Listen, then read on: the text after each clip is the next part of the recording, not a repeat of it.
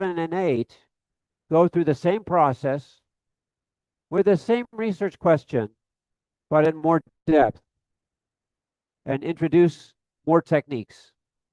The focus on in notebook 6, 7, and 8 are on interpretability. Interpretability. One of the aspects of machine learning is it will create a model, but it does not tell you what the model means. It just finds a model that fits the data well.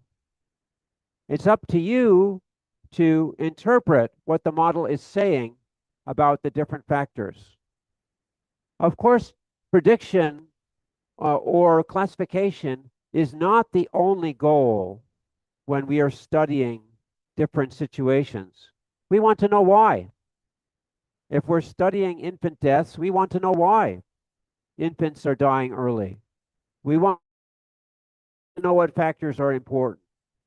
So interpretability addresses that question.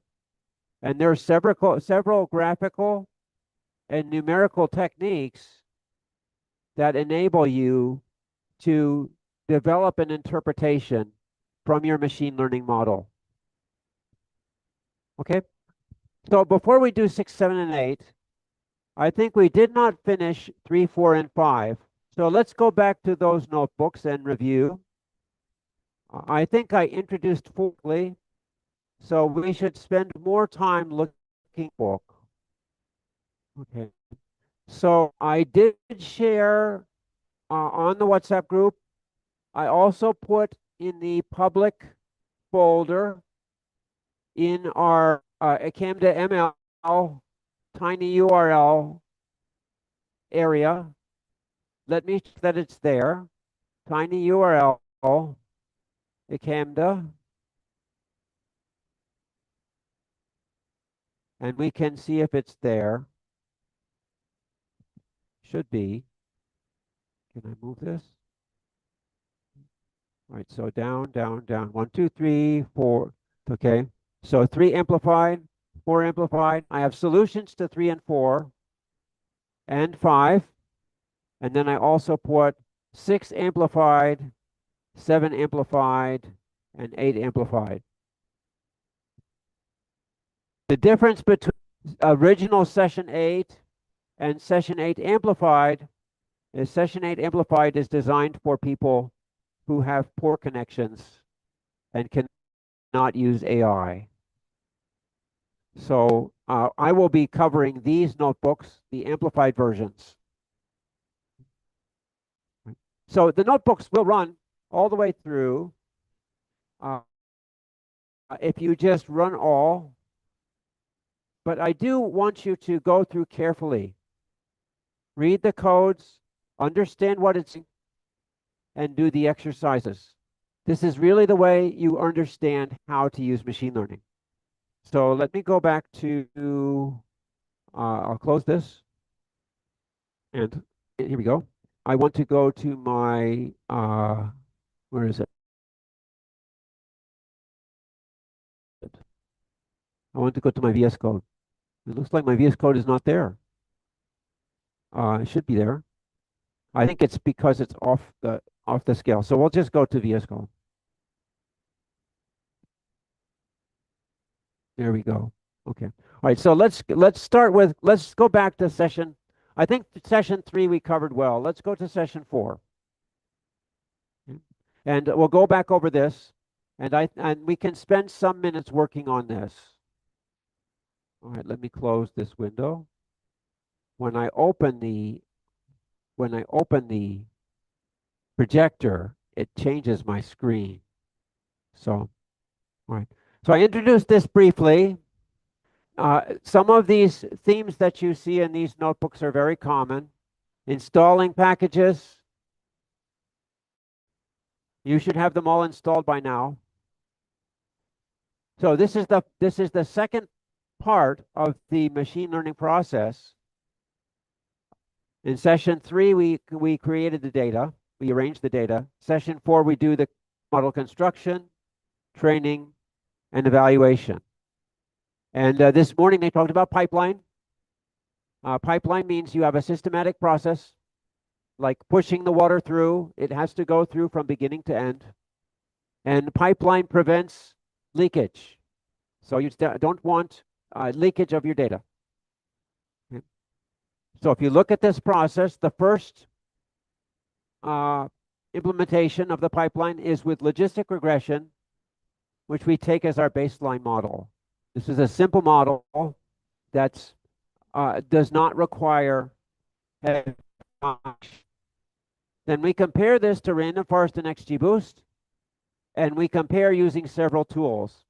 The ROC curve, the area under the curve, the precision recall curve, and we calibrate, and we always use Bootstrap for our final assessment numbers. There's also this section on subgroup performance. The model may work well overall, but it may work on certain subgroups of interest. So in this notebook, check some subgroups of interest to see if the model is a good model for recommendation. Okay. So again, we're identifying at-risk children, children under 5, and finding the factors that are important and determinative for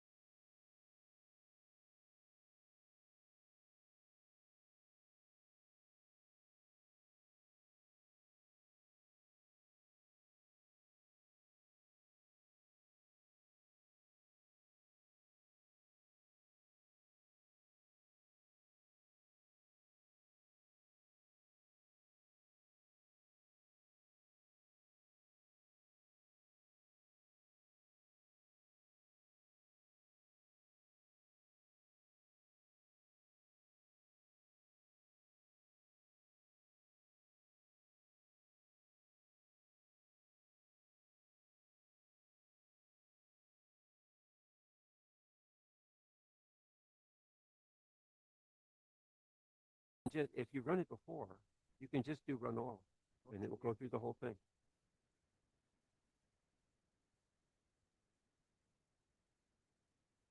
So let's see what you have.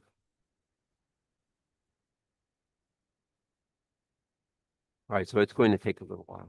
Let's look at the figures that you have already. Now, it should be session 4. Well, session 4 would be here. Right? Okay, yeah, so your calibration plot. Yeah.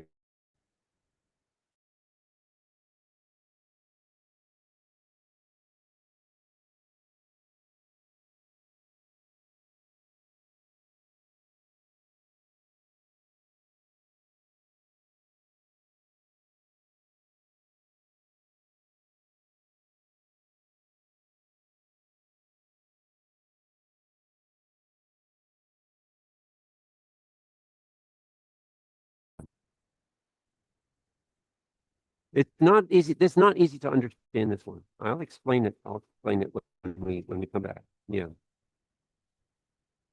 Yeah, you can see all 3 classifiers, and you can see this line perfectly calibrated. So you can see it's far below perfectly calibrated. So that does mean it's not doing very well. But I can explain this more thoroughly after we get together. And what about your other plot?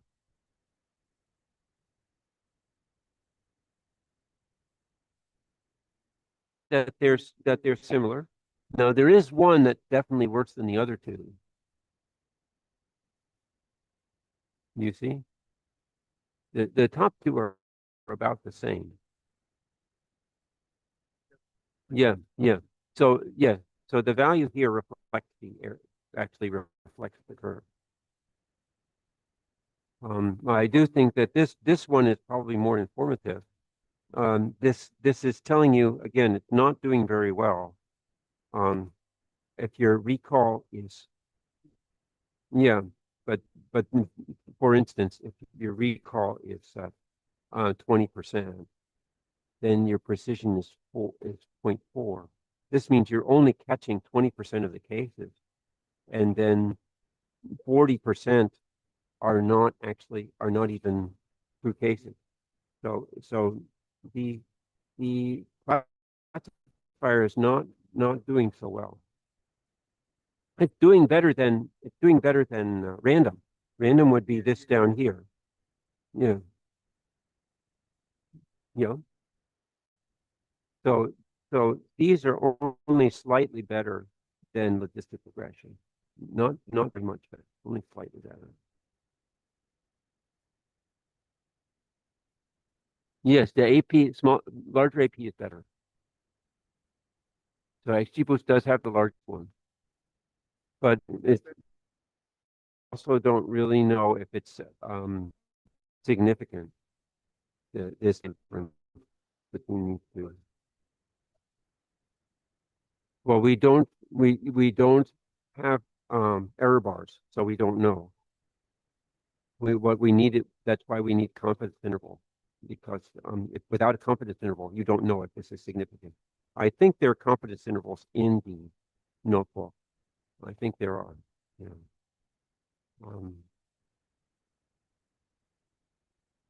But so I recommend you go and try some exercise and you make some changes in the code, see what you get.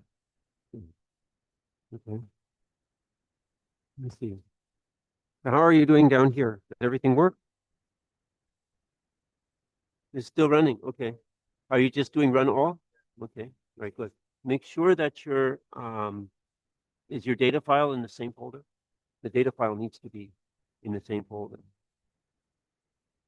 Let's see if it is. Let's look at you. Go here. This. Oh yeah, click again. Click again here.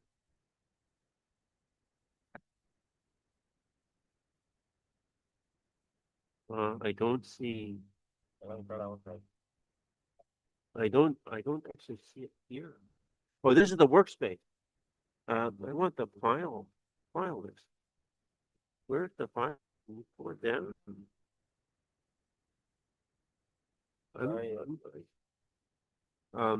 Click on the first. Yeah. Yeah, that's funny. Because I would think that this would be, um, I'm not sure what's going on. But anyway, it seems to be, Yes, but if this goes on session 3 sure. or session 3. Are you running session 3 or session 4? Right? Session 4? Right. All right. So I don't think I already it. Do I need to add it every session? Well, I think when you're, it's better to be in the folder. So maybe we can do this. File, file. Go to open, or open folder. Not open file, but open folder. It's the wrong one. Maybe go to file. Go to open recent. Open. That's session 2, session 3. Now you want session 4, but it looks like you don't have it here. You want to go to, this folder here, VS Code class. Right, so go back to open folder. Open folder. And then you want to go up. VS Code class. Yeah, click on VS Code class. On the word, that's right. Okay, now select folder.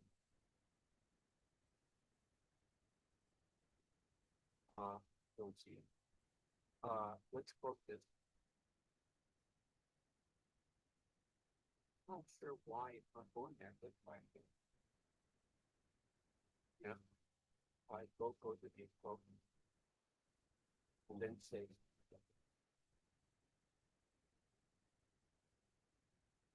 Looks like there's a problem. Flashed up and then it flashed down. Why don't we close it? Close all the files. Close this file. Close all the files. Close everything. I'm not sure. It has that message, but I can't see what it's doing. So let's open it again. And go down. There. Icon.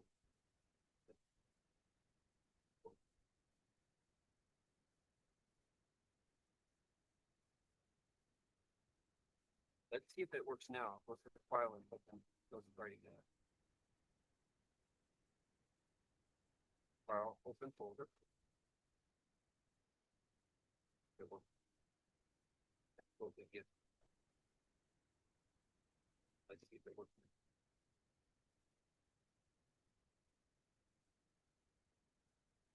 I don't know what happened.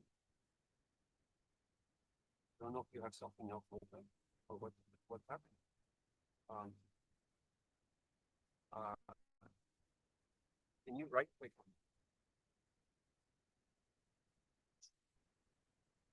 you click here.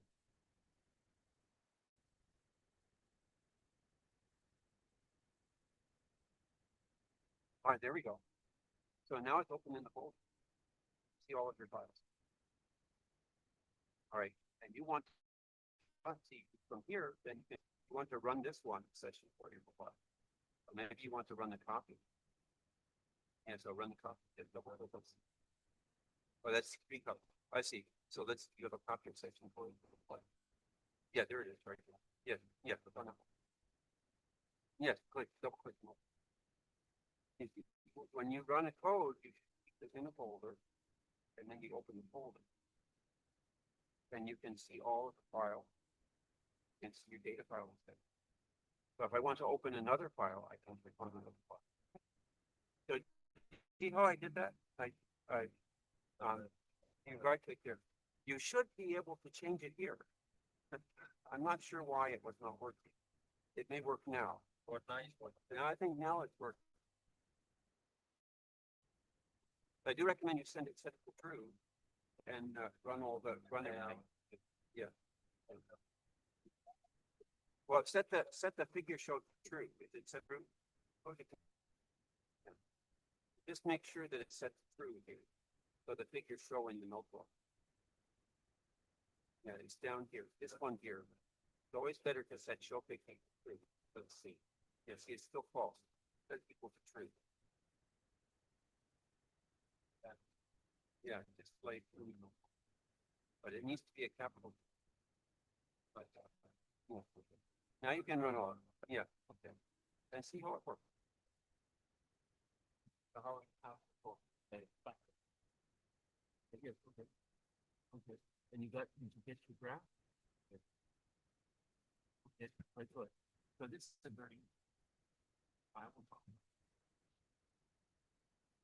What I would do is choose an exercise. There's several exercises. Yeah. One, like, yeah, like this one.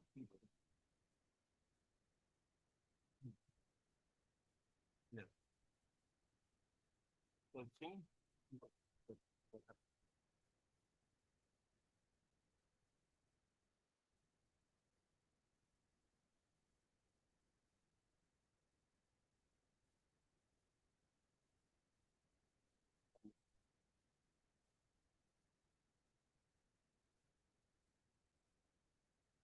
Okay, another 5 minutes.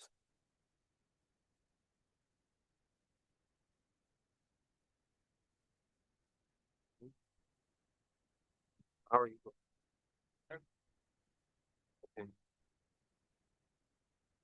Oh, you're doing which exercise are you doing? Okay, yes, okay. Yeah, that's a good one to do. One, what is, okay, good. That's one plus. Okay.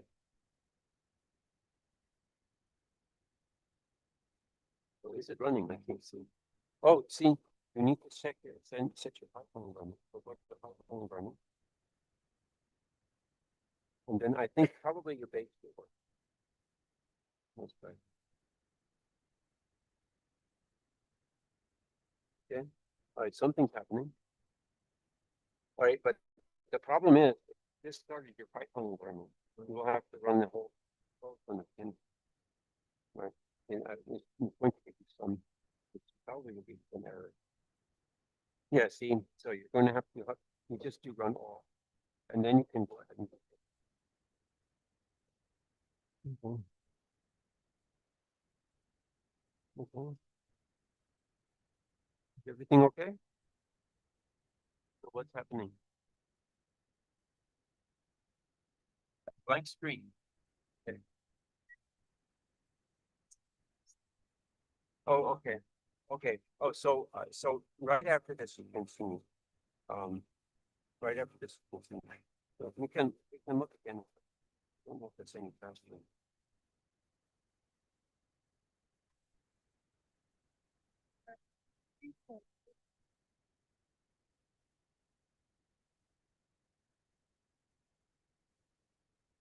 I think it's because it's using too much RAM. Because it's very, very. Well, you shouldn't need a network. In fact, it may, yeah, it may help, may help if you don't use a network. And close some of these. Like, for instance, on the Art Studio open, all of these things are flowing because you're not using it. So whenever you're not using something, you close it, then it should go back. So ours looks like Art Studio there, Google Chrome you don't need, right? So cut those down. Let's see if there's anything else. There's several Visual Studio. There's several copies of this code. I'm not sure why. So I want to see something. Close it. Should be only one font.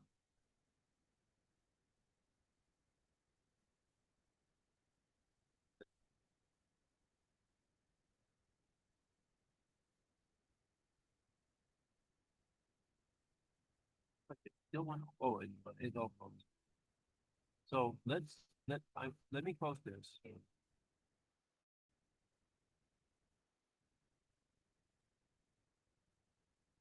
See the memory's down. And let me close this, because I think you're finished with that. I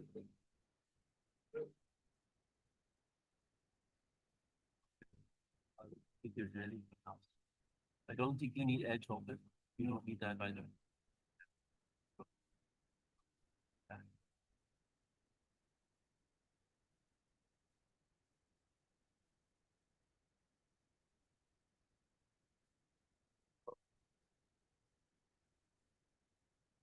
Then your R studio is still open. Why, there's so many conferences.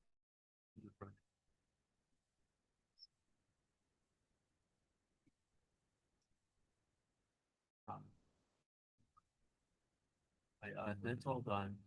The edge is done. So now we're down to 47, is much better. So your VS Code should run the last. See if you can. Not responding. Right, so did you copy this to your system? Or this? You know, right. That's. We'll see how many of them open. It should just be one that opens, not so many.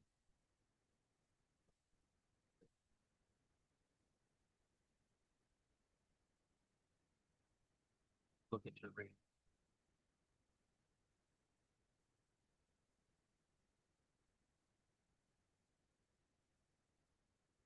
You've got everything here? It's great. Let's see what so your memory's up to 71. Wow. It's using a lot of memory. It is using a lot of memory. Yes.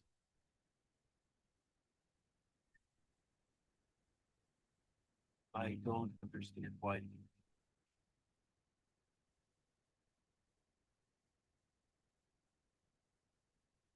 All right, well, that is I'm sure that's the problem, that VS Code is using an enormous amount of memory. And I don't really know why. But it should run better now than it did before. Because we closed some memory. Because even though it's using enormous memory, it's still 70. So we can try this one here.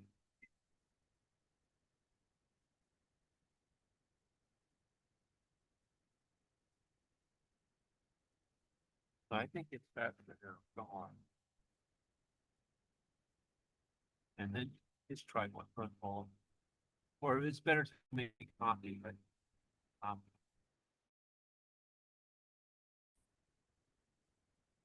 I did. Pretty fast.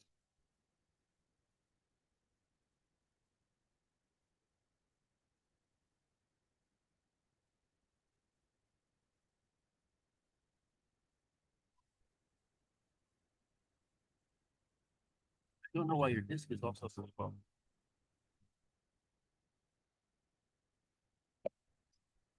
No, I don't think it's the system. I think the system is fine. 4i5. And I think you have an SSD. I think the system is fine. Just something about how the software is doing. But the system, I think is very interesting. Can you run?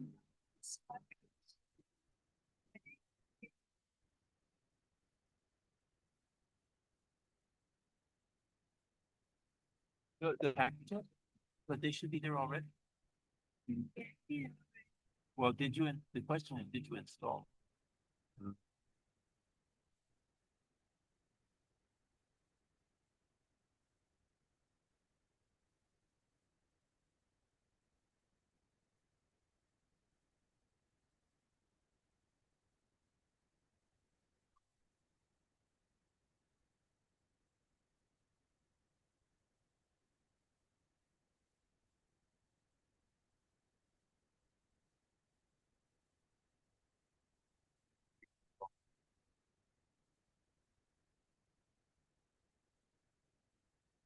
There.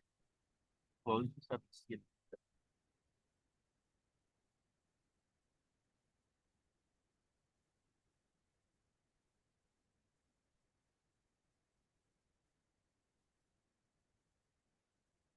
The fact that it's running Vectrum Sun. The trouble maybe.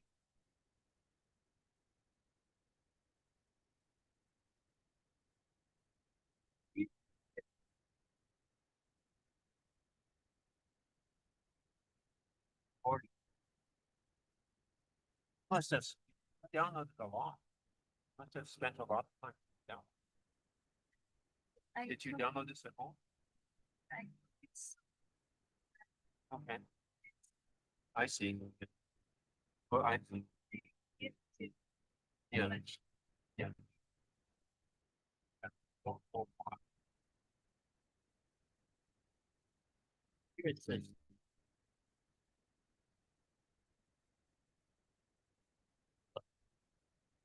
Fine.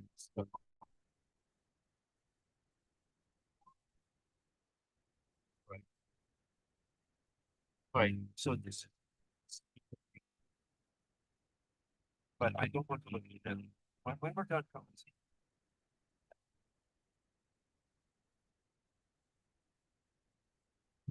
Sure. Okay. Yes, it's better to change the false. The true. It's better to change to true. Well, those figures are down. You change to true and then run all, and then we'll see the figures. Yeah, change true here. Go ahead and change.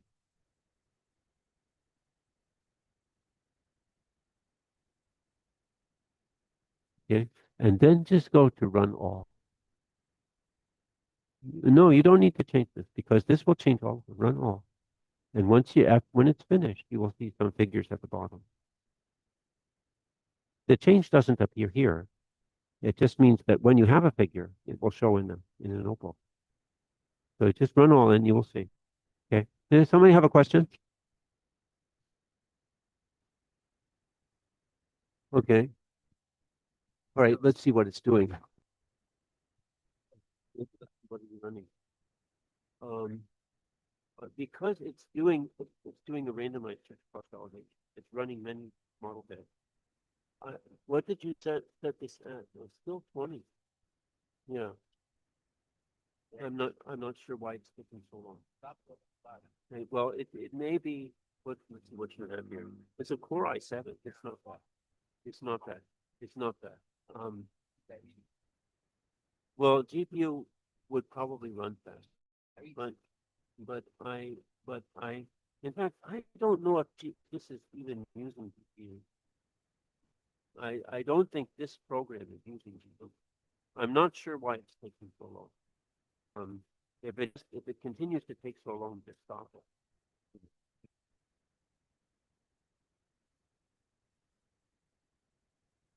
Okay.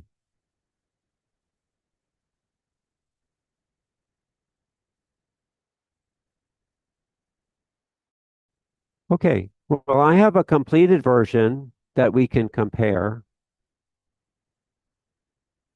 And we have it here.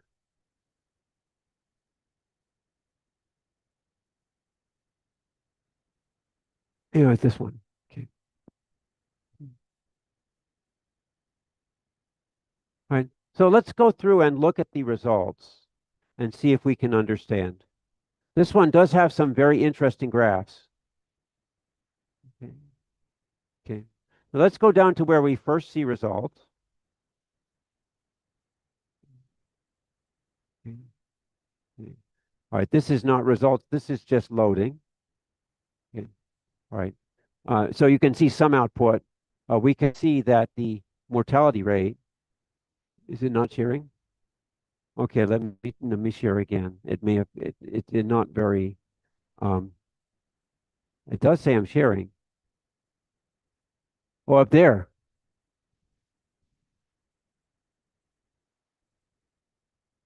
Maybe check the other side. Check the other side.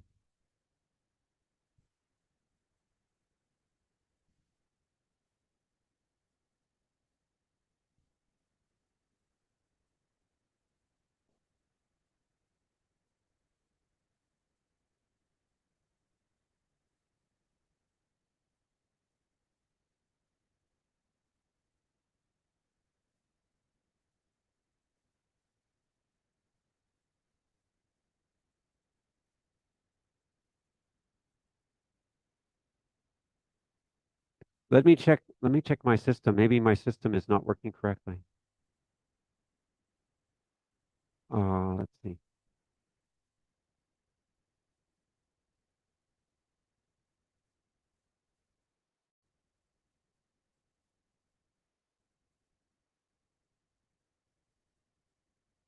I think it just came on. Okay, all right, good.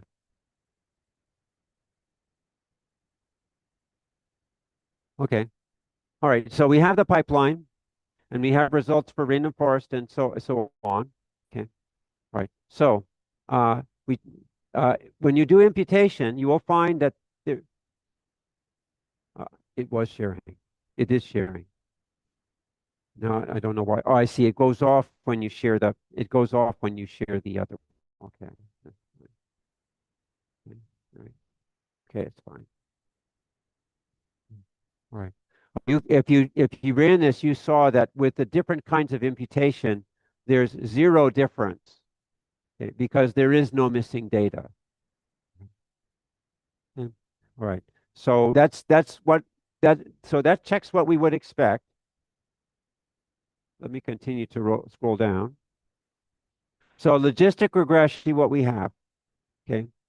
We have these values. Now, I mentioned that these coefficients are useful. They tell me, this particular coefficient tells me that there's an increase of 0.234 for this zone compared to other regions. So this is telling me that these three regions have elevated risk, right? Northwest has the most elevated, Northeast has elevated risk as well also. So all of these factors give me elevated risk. Okay. I also have negative numbers. Okay. Negative numbers, these diminish the risk. Okay. So in fact, larger household size will diminish the risk.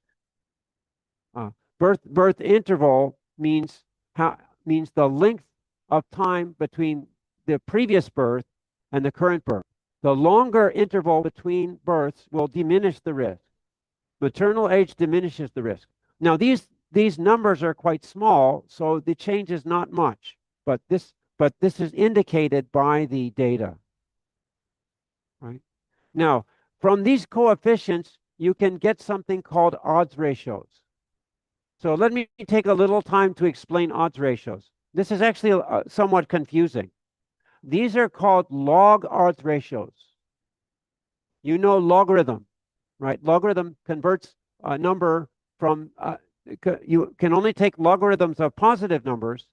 Logarithm converts a number from 0 to infinity and converts it to a number from -1 to infinity. Okay, so let me see if I can do some explanation here.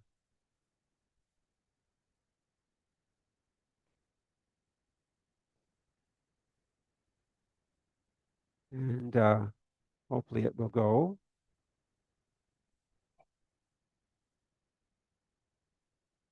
Let me see if I can find one. So I'll just, okay, let's just open this one. All right, let's just set a new section. Okay. All right, so I'm going to talk about odds ratios. I hope I'm going to talk about odds ratios. Let do my driver again. See if I can make this work. I think when I turned on the projector, it stopped working. Software problems. Okay, all right, so what I'm going to do is unplug and plug again. Plug again, and then this should come up, and then I can reinstall. Now, why didn't it come up? I think I have to go here, and here, and here.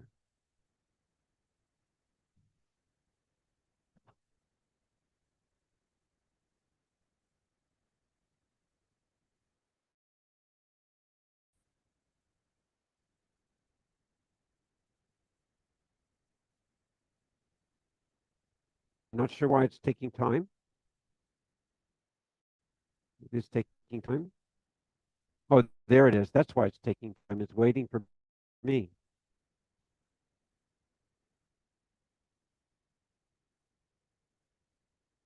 Taking time.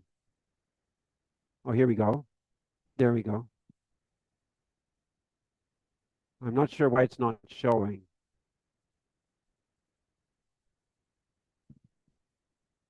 Because it's here, it's running here. It's running here. Okay, there we go. There we go. There we go. There we go.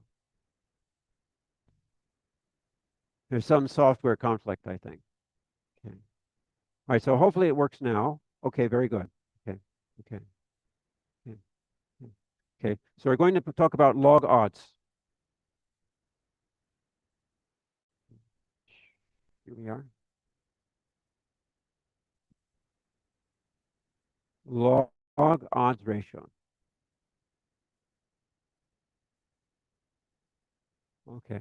Now you know logarithm. Well, all right. So let's do an example.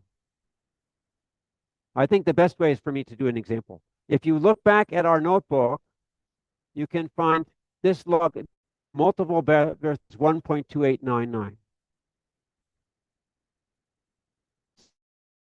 So 1.2899.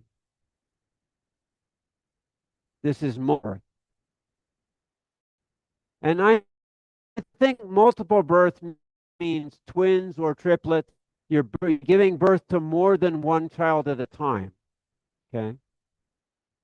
This would be a twin or triplet or something like that. Okay. All right. Regression coefficient.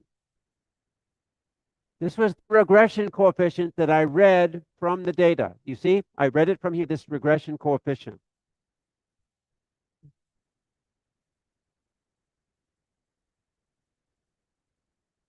Okay. All right, so this is the log of the odds ratio. To get the odds ratio,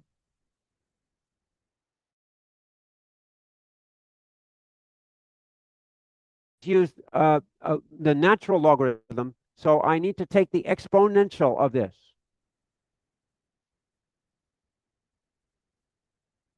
I have to take this value. Okay. I hope you're familiar with the exponential function. So if I evaluate this, I should be able to do this with my Excel or some other software. Okay. So I'll take equals log of 1.2899. And I get, sorry, not log, exponent. Exponent. Okay, it's 3.63. This is 3.63.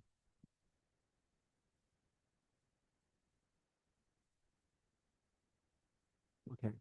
So this is the ratio. So this is the ratio of the odds for multiple birth compared to odds, the death odds for multiple birth compared to the death odds for normal birth. Okay. So this is the ratio of the death odds for multiple birth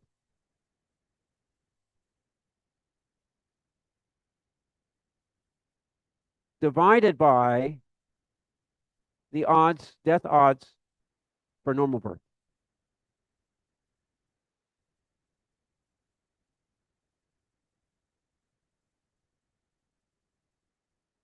Okay. All right. So what does that mean? Let's suppose that the probability of death for a normal birth is 10%. Okay. I think that's about accurate. So let me explain the meaning. Okay. Okay. Suppose the probability of death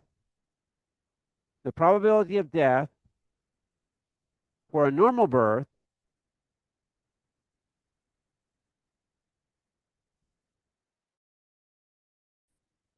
is equal to 0.1. Okay. Okay. Now, that's a probability. That's not an odds. Odds is not the same as probability. Odds is something like this. So what does this mean? That means 1 out of 10, right?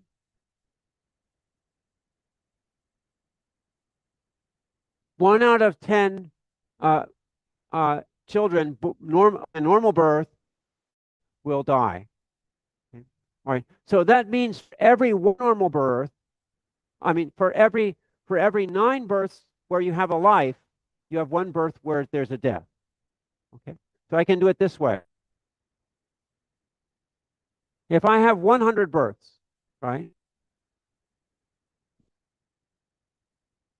10 of them approximately will end in death. And 90 of them, the baby will live. Okay. In 10, the baby will die. In 90, the baby will live. Okay. So this is 10. So this is death. And then 90 is they'll survive. Okay. Now the odds is the ratio of these two values. So the odds of death is equal to 10 over 90.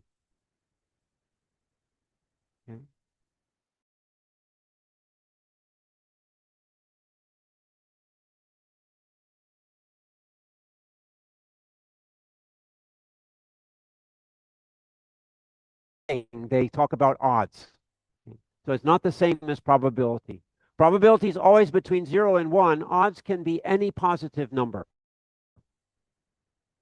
Okay. But ordinarily, the odds of death are 1 out of 9. Okay. Now, what does the odds ratio mean? The odds ratio 3.63 means when you have multiple births, the odds is 3.63 times this value. Okay. So this is odds of death for normal birth.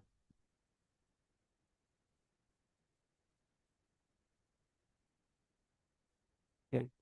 It's actually quite important because in epidemiology, you often see these odds ratios. Okay. Okay. So the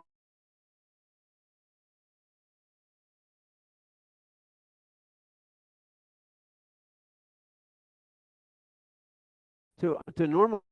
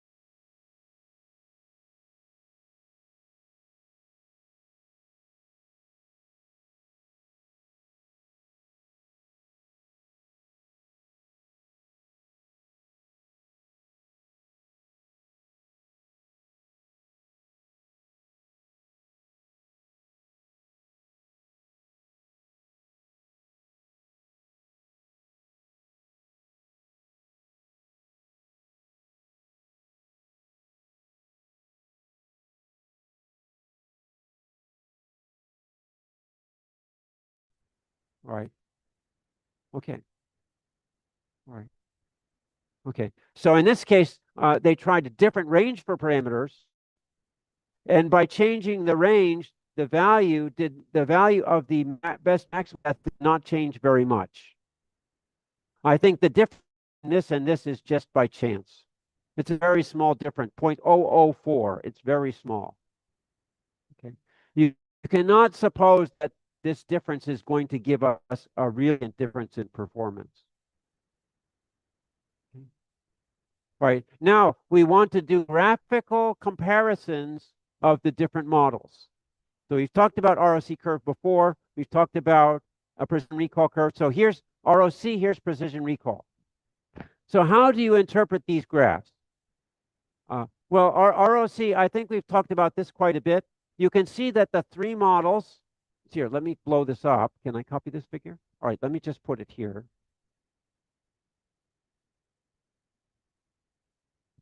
Here we go. This is not what I want. I want this.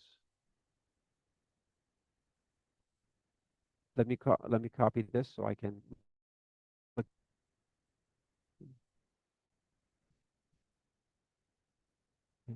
All right, so you can see the three models, but there's one that is clearly worse. There's one that's consistently worse. Which one is it? Which is the model that's worse? Yeah. All right. But look at the three graphs. Is higher better or higher worse?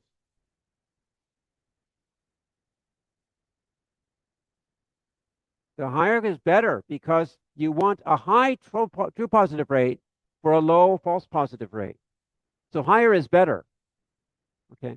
So you can see the green and the orange are the best. The blue is definitely worse. Logistic regression is worse than the other two, but not by much. Not by much. So let's look at the other curve, the precision recall curve. And from the precision recall curve, we can really get some practical recommendations. So let me insert that here.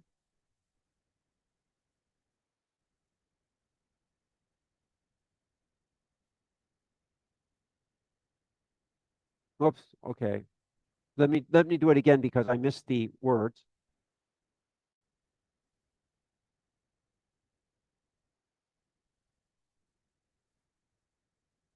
Okay, there we go.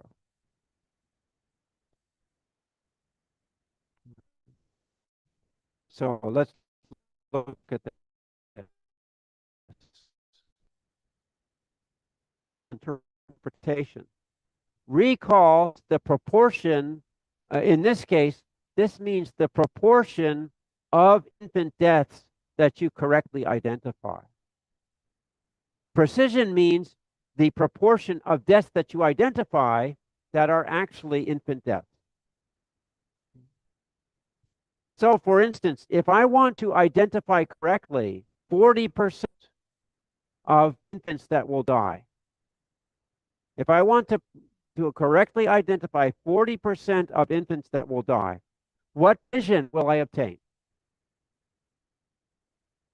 Okay. So that's the question. If I want to correctly identify 40% of infant die,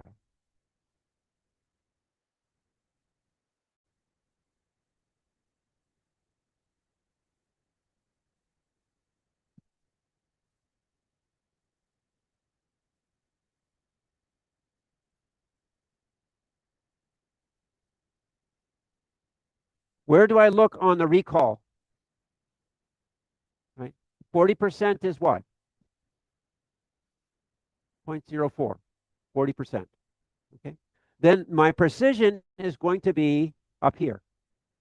So if I use XGBoost, my precision is something like this. That looks like about 0.25. Okay. So what does that mean? If I try to identify 40% of infants that will die, I will also include 25% of children that won't die. All right. Now, since most children won't die, that's a lot of children.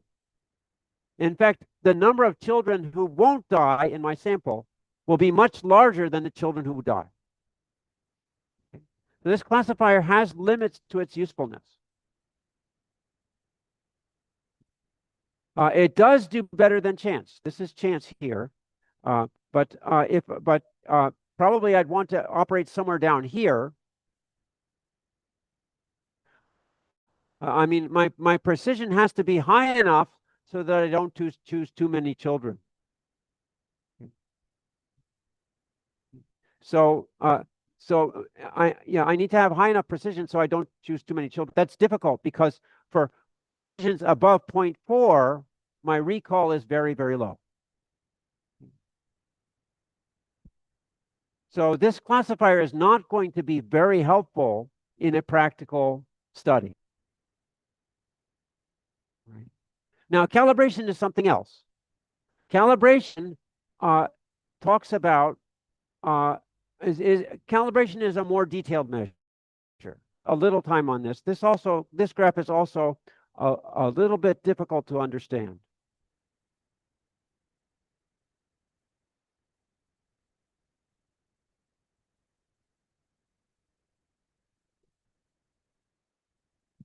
So what does this graph mean? So, sorry, let me go down here. Okay. Okay. Now, each classification method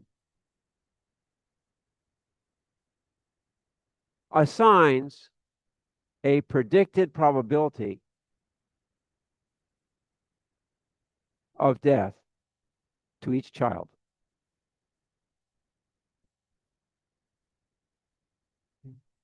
Right. That's how it works. It doesn't just say the child will die or won't die. The classification method assigns a predicted probability. Okay. Right. So that means we can divide the children according to their predicted probability. Okay. So we can divide the children, and these are called bins.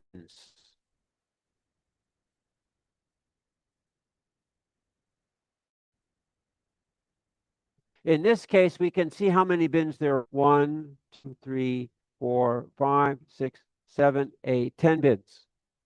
10 bins. Okay.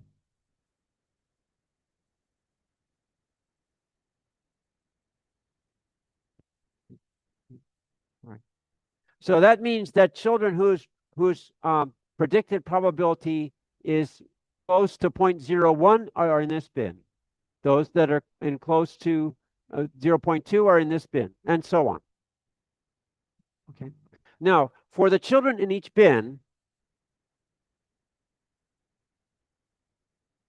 we can calculate the proportion that actually die, because we're taking a sample that's labeled. We're looking at children that we know the outcome. Okay. So what this is saying, for instance, is that children who are identified with 50% probability, in fact, only 10% of them died. Okay. So the predicted probability is much higher than the actual probability. So death is being over-predicted. Okay.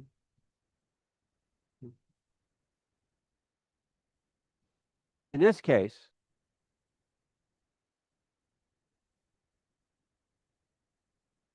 is much higher than the actual. Okay. Now, why did it do that? Okay. So in fact, these models are not good models to assess probability. So these models really were not intended to estimate probability. They were only intended to classify. Okay. Right. So they were not really arranged to predict the probability. So the purpose of these models was not to predict, to assign a probability, but rather to classify. So the probability predictions are very poor.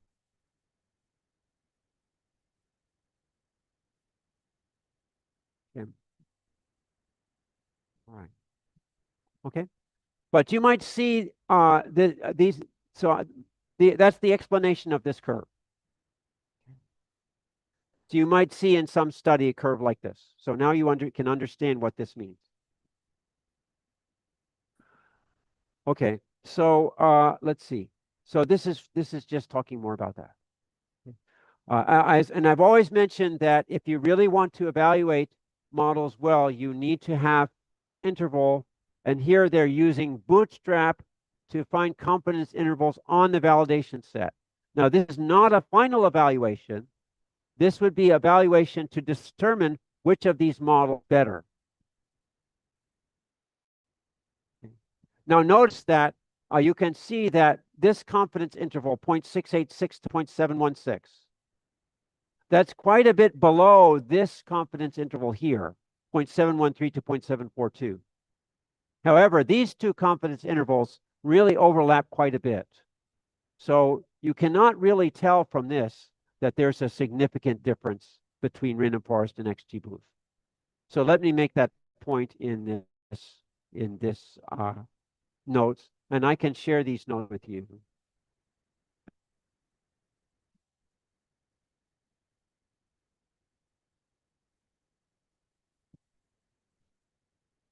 All right. So these results show that the confidence interval for logistic regression, okay, is below. Well, it's almost completely below. So below the confidence interval for XGBoost. Okay. So here I have statistical argument that XGBoost is better than logistic regression. I can assert that XGBoost is better than logistic regression. Okay. However, XGBoost and random forest, the confidence intervals overlap almost completely.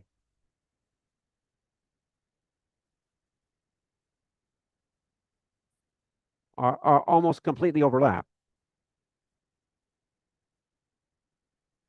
So I cannot statistically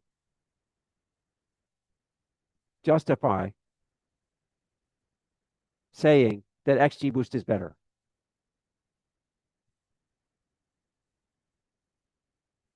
Than RF. Okay, so important distinction between something that's better and something that is statistically better. Okay. And there's a lot of confusion about this in the literature. All right, so I think that finishes this. I think that finishes this notebook. Oh no, one more, subgroup performance. Okay, so I did mention that we have a model for the entire data set. However, there might be subgroups of interest. We want to know how well the model performs on different subgroups of interest. For instance, region. We might be interested in how well the model performs on different regions. Okay. Maybe some regional government will want to use the model. Okay. So in this case, let's see what we're looking at. Here we're going to be looking at subgroups according to education, wealth, and urban. So we can apply the model to families that have different education level. So that would be 4 different models because I'm doing 4 different subgroups that are completely different. Same with wealth, same with urban.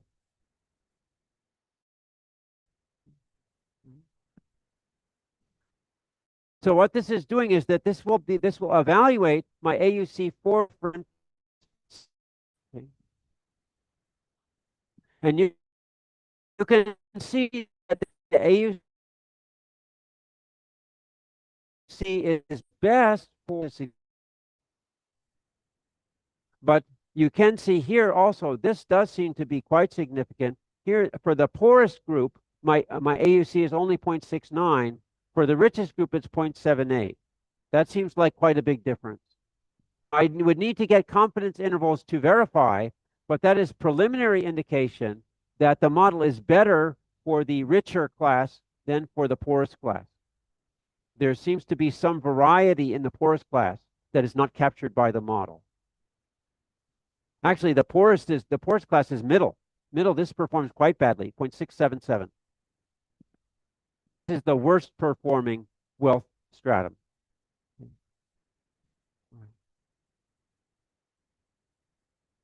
Okay.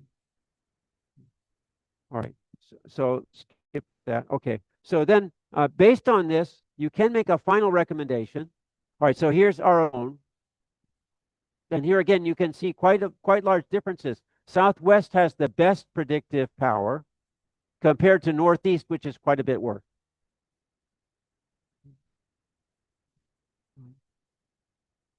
All right.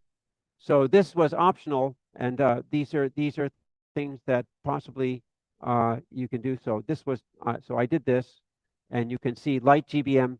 Light GBM is a version of XGBoost that is more efficient and faster, but it does not seem to have much difference in performance.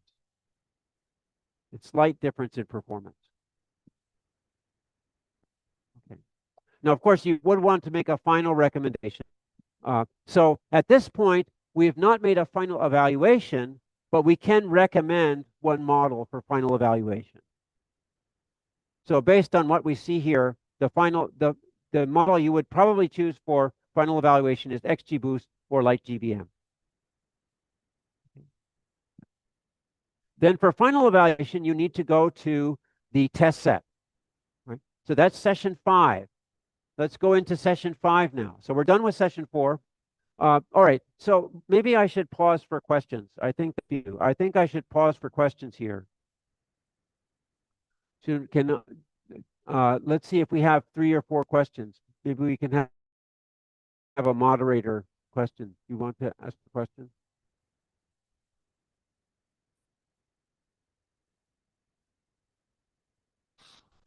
Because I did talk quite a bit, and I want to make sure people understand those graphs. Anyone with question? Okay, we can Is see there too.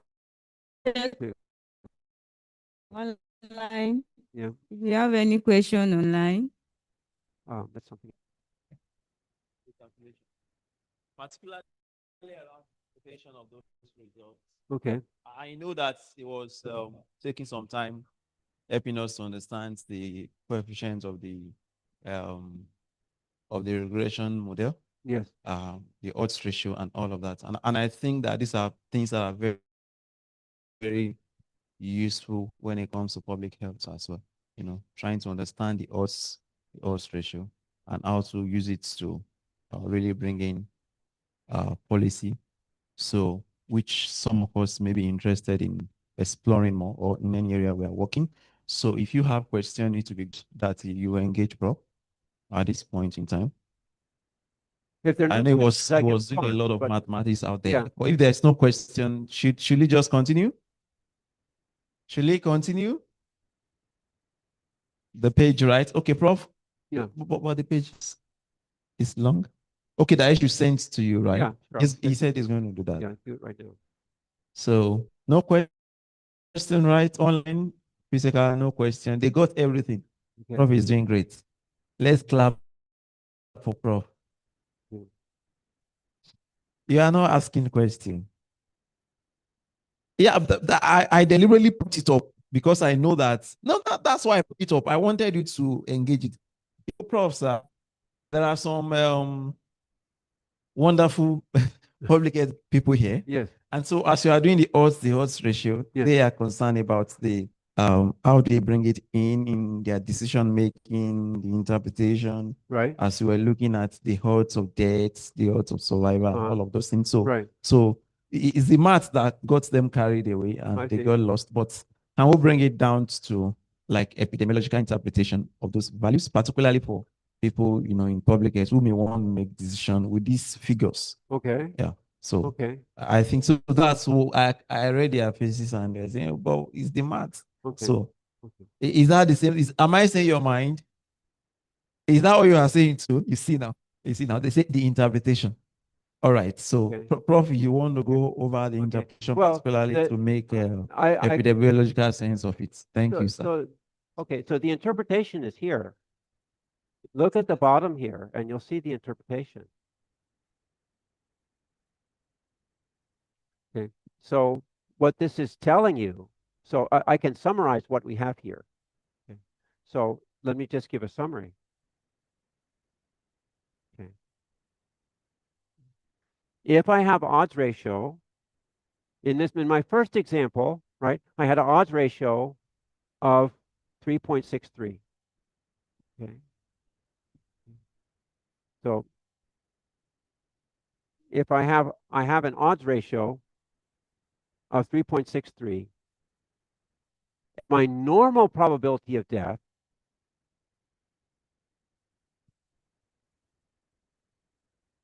is 0.1.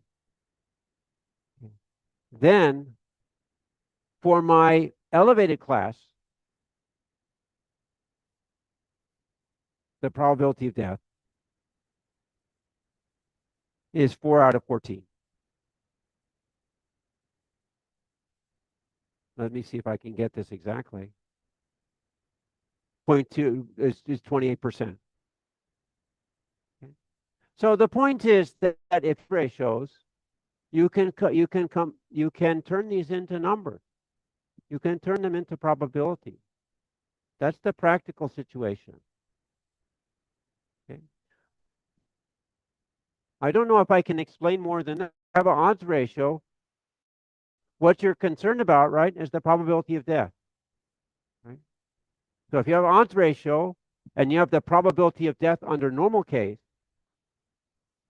then you can compute probability of death for these individuals who have a higher odds ratio. Okay. It all comes down to computing probabilities. If I want to do this other example here, okay, so if I want to say the interpretation here, okay, so I can say that if the probability of death so, so let's see. Well, let's see. I can say something like this. So for every additional child in a family, okay, I can say the probability of death decreases by a factor of roughly 0.77. All right. Now this is a practical recommendation you can make, right? This is something you can say very concretely. I don't know if there's some other kind of conclusion you would want to draw, but what you're really trying to get at here is the risk of death, right? Okay, Prof, let me quickly come in. I think Prof is helping us to transit from the numbers to the interpretation, and he has helped us to see that when you do your after your model, the coefficient you get, he has told us these are odds ratios for regression, and the odds ratio itself is helping us to see that can be difficult to interpret. But since you can interpret probability, so we can convert from odds ratios to probability, and then you can interpret in the language of probability, which is in terms of fraction and proportion. But now, I think the question I would like to ask here, Prof, is now, so if we are to make a recommendation now, should we say people should keep on giving birth so as to reduce death in the family? Yeah. All right. So this is more about causality. Yeah. Right. And so if you're talking, all you can say as a statistician is that there's an association between larger families Yeah. and less death. That's Yeah. all you can say. You can't say, well, we recommend you having more children to have better chance of survival. Those two are associated. If you want to find some causal relation, then you need to do further study. Yeah. So that So the thing you need to be careful about is that you don't try to say more than your numbers say. Yeah. People always want their numbers to be significant, but Yeah. you really need to stick to exactly what the numbers say. Yeah. Thank you so much, Prof. So listening to Prof, you realize that this is not about causality, it's about association, right? We are just seeing that liability is associated with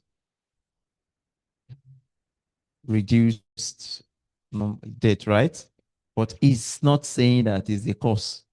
So you can't say that people should have large families so as to reduce association. Is that okay? And you're giving a warning now. Don't say more than your number says. Is that okay?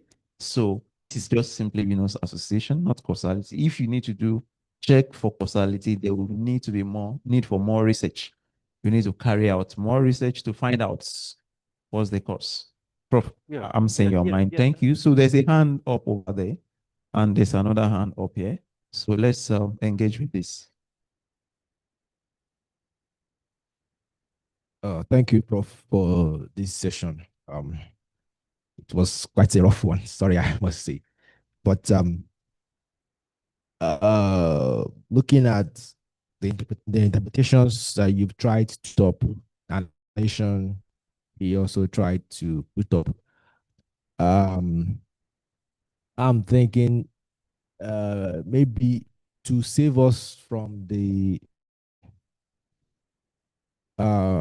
I'm thinking that there a way that we can be saved from the mental stress of deducing the interpretations from these odds ratios and all. Can there be maybe a function or a pipeline that's that will require one to just, I don't know, just make it easier to just bring it out as the output is out, so that we don't have to start to factor that out? I don't. Yeah, Prof. You know what? I wanted to collect the mic from him because when Prof started his whole training, that he noticed something about Nigerians that you are what's Prof's conclusion about us? He said we also don't want to use AI, right? Eh? He said we don't want to use AI. Yeah, and he said he will will move very fast. You will stick to your manual or something, and you will crawl. He said that, right? Question. If you throw it to AI, it can do a very nice job in terms of trying to help us to understand some nitty-gritty. Is that the case? But you also mentioned at the point that AI cannot do this. So where do we stand? Sometimes when you time, it looks look at it. I think there's a general rule. When I take a mathematics course, with time, maybe I understand 50%. Yeah. Then when I review, maybe I understand 75%. Then I review again, maybe 80%. Then when I teach it, maybe I understand 90%. The concepts here, you can get, certainly you can get AI to compute these things for you. But if you don't understand how probability works, you really will not be able to use numbers effectively. Yeah. So I would say that there's a famous saying, there's king. So I think it was a king, the king of Greece, and he was learning mathematics from his tutor. And he was saying, this is too complicated. Maybe there'd be an easier way. And the tutor said, I'm sorry, there is no royal road to mathematics. isn't, you really need to put in the effort to understand these things. Otherwise, you're just playing with numbers. Okay. Of course, you can get AI to do this for you, but if you don't understand the relationship, you will be missing a lot. You keep training, you can look at data, just look at data, and you understand what it's saying. If you don't understand, you give it to AI and you take whatever AI gives you. But I have had many cases as a consultant, they're talking about something, and I tell them it can't work. Mm. And I'm right. Yeah. Because I understand the number. I understand what's going on. So take the time to understand. If you don't follow my explanation, you can ask AI for an explanation. Don't just use AI to get answers. Mm. I don't use AI to get in. I use AI to get explanation. Mm. And then if AI proposes an answer, I will say, no, I don't like that. I'll say, I have something better. Mm. And I dialogue with AI. Yeah. Right. So I guess I'm preaching, but that's how I feel about it. Thank you. So Prof simply just told us that you can also engage AI to gain understanding, Yeah. because so maybe you can still go back to this video lecture. Yeah. It's on YouTube. We are still going to put it there. So, and he has also recommended that consistent. So that means you watch it once, twice to explain some stuffs, so you get to see and understand better, right? But he has said there's no shortcuts. You just must understand. Yeah, thank you. All right.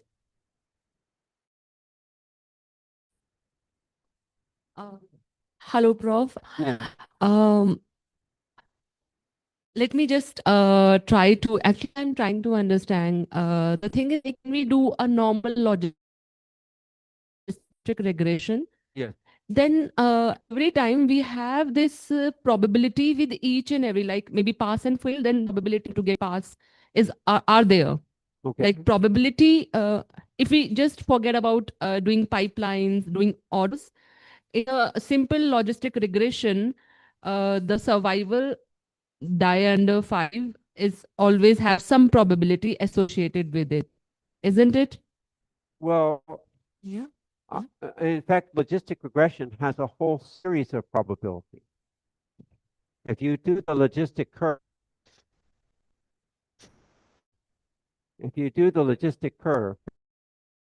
probably it's not really a probability. It gives an odd. Yes. So, for example, if my logistic right? Yes. All right. So, and it's really not quite like that. Okay. Something like that.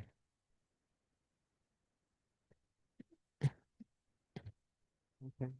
So what this is saying, so this is my value of my parameter here. Yes. Yeah. From this point, from this perspective only, I try to understand that elevated probability that you have now evaluated maybe in relevance to the subgroup. So what's going on here is that this number is between 0 and 1, right? Yes. And then if I have any data instance, Right. the data will fall somewhere Yes. along this x-axis. Yes. Right. Yes. Now this value here Yes. is you can identify that as a probability. Yes, that I understand. Yes. That's how I'm just trying to understand that odds ratio concept. Okay. We have this, right? So the difference between this and odds ratio, what odds ratio does is it takes this curve and Repeat. it takes this curve and it straightens it out. Right. Okay. Because probability of 0 means log odds of minus infinity. Okay. Okay. Right. Okay. Because the logarithm of 0 is minus infinity. Right. Right. So that's what odds ratio does, is it turns into a line. Okay. All right. So it becomes much easier to see where things lie along the line. Okay. All right. So the Yeah. odds is very closely related to the probability. Okay. But here you have this complicated curve. But if Oh, you if but you do well, not- we always start with this. I think this is the new concept, that odd ratio. I'm just okay. learning today. Well, Yeah. okay, yes, but they do use odds ratio in health. Okay. This is Okay. quite common in health papers. Okay. So it's important to understand that concept. Okay. Yeah. Okay, Prof, my questions. When you talked about one not encoder, right? At the point of defining the class, the drop first was none, but in this particular, you're dropping the first item, whatever it's. Is there any benefit, or is it just more for, is it say, or we get better results when we drop the first? I see the difference between the different sections. And my second question, in the end of session 3, we did this computation around weighted molar rate and unweighted molar rate. And I don't think that is being used at all in this session. Is there a particular reason?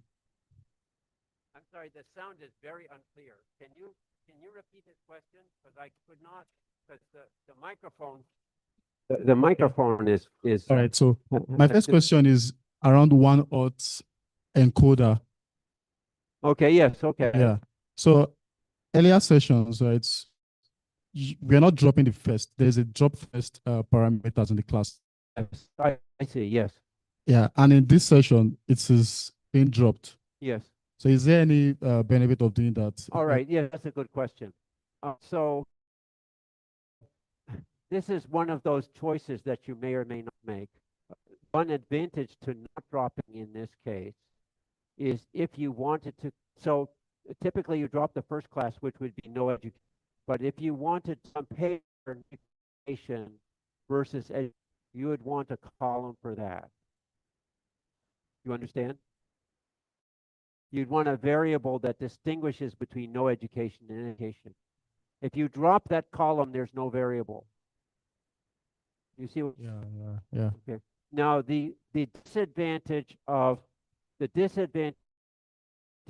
is collinearity, and your variables are highly dependent, right? Because if you don't drop, then those if you have 4 classes and you don't drop the first one, then those 4 classes will always sum to 1. So that gives you some collinearity. So you have to balance the different effects.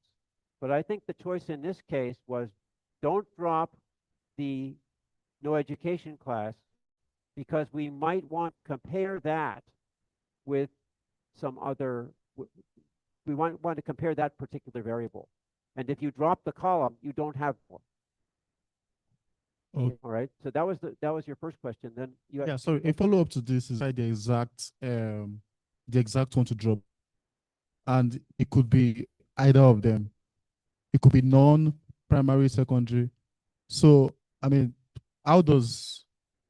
I think based on what you just explained now, right, and the fact that we don't have control of what is dropped. oh, you do have control. You have control. Yes, you drop. Typically, you know which one is dropped. It just says first, and the You first drop can be. Yes, okay. So you rearrange, right? If you drop the first, then you put in the first column the one you to drop. No, you certainly have control of what you drop. Okay. Absolutely. Yeah. My second question is around unweighted molarity rates Okay. that is not used. So we're not using the weighted molarity rate in the session. Weighted mortality rate? Did you? Yeah. Well, Yeah. Yes. Okay. Yeah, we're not using it. Okay. And I think you were trying to bring about a point around why you would want to use the weighted weights But then in the following session, there was no point around that. And I mean, could you explain the essence of that? Okay, I'm not sure where in the notebook you're referring to. The third session at the end. Oh, third session, okay. So let's go back there. I'll see if I can find that.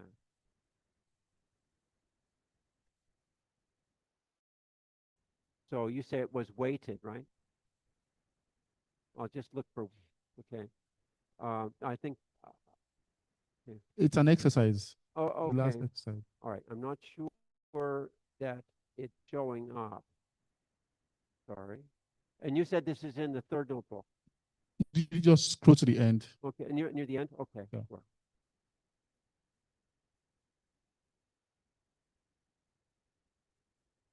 Okay, here we go. Let's see. Yes. So I have to think about this. So I think that what happened when they say weighted or unweighted, let me look and see what they were actually talking about.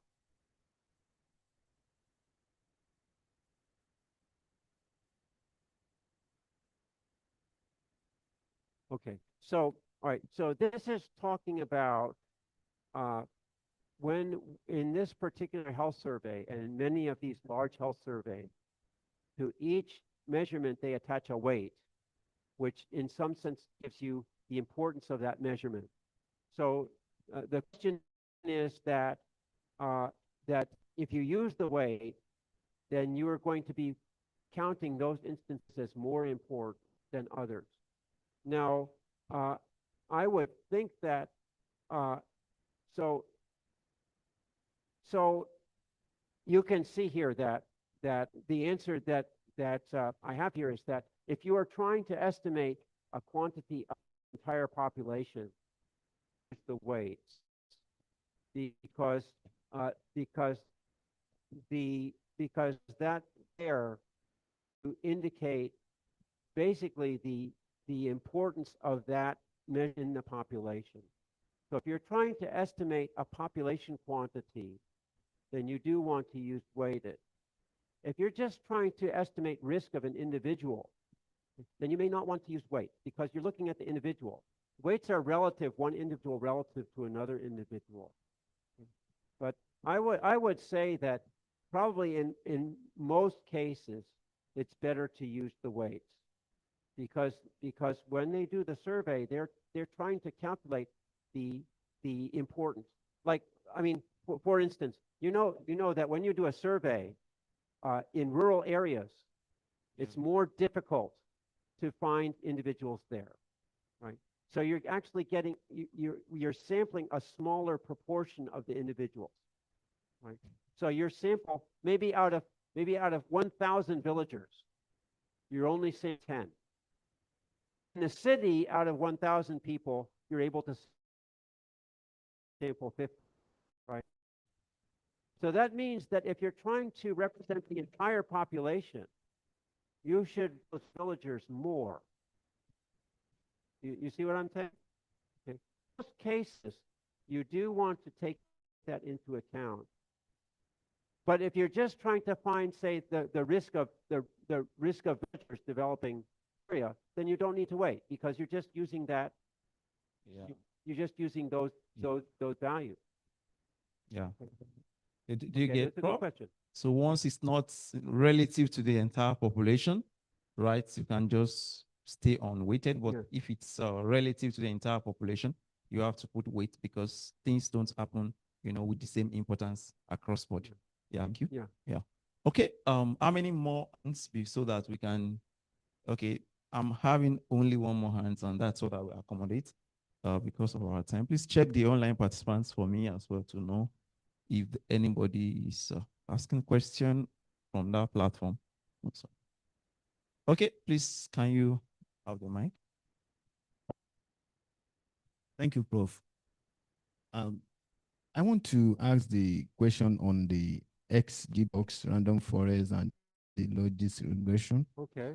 According to this model of the algorithm, the probability it's poor compared to the clarification. So, for example, in a stock exchange, in a market stock exchange where we have predictions of value, Yeah, naira to dollar, pounds to naira, and the likes. right. How, uh, in such a case, how are we going to increase the probability? Because when it comes to predictions of anything, to me, I sense probability should be more high than the clarification. So what model can we use to improve the pipe here on the probability accuracy compared to application? Okay.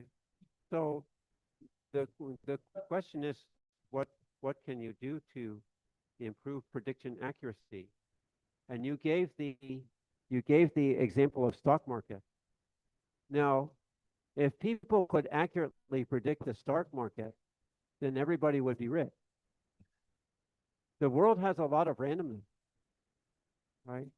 There are some things that are actually unpredictable, and you cannot improve the probability.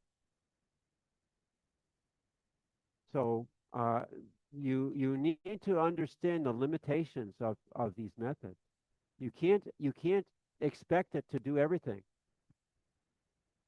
I remember reading an article where someone said that in the future, people will be able to predict exactly when their car will break down.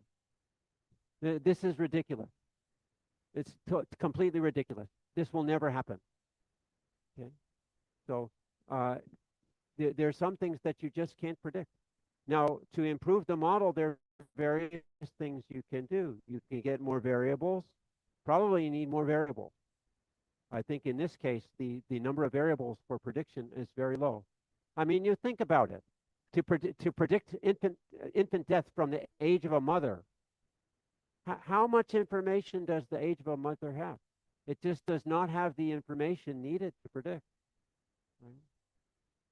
So getting a better model means intelligent choice of data, intelligent choice of method.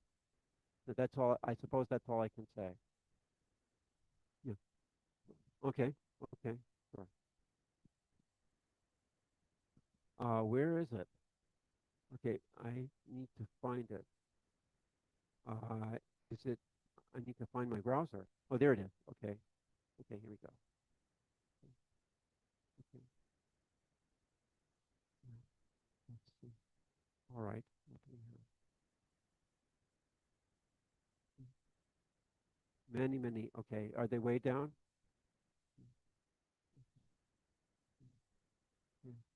Okay. Okay. So what journal can we target to publish this kind of study? Actually, what I would do now, what I do is I ask AI. I think the AI performs very well on tasks that many people do. This is a question many people are asking. So AI, because AI takes benefit from what other people have found on a question like this. So you can just paste your entire article into AI and say, what journal do you think? Or paste your abstract. If you are afraid of AI stealing your information, just paste your abstract into AI and ask it what's a suitable journal. I've done this several times. Okay, so I think that's my answer there. Okay. Public health official is presenting these values to policymakers who do not understand the mathematics.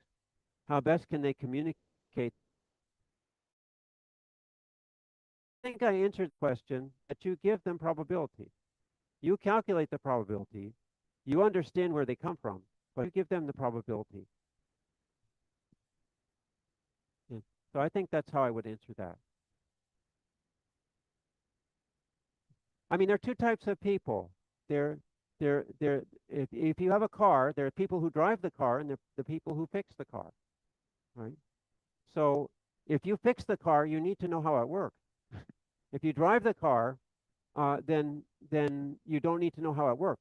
But you need to go to someone who you're here to this conference to fix, not to drive the car. Or you have to do both. because you're the one who's making the car. So you need to not just how I. Okay.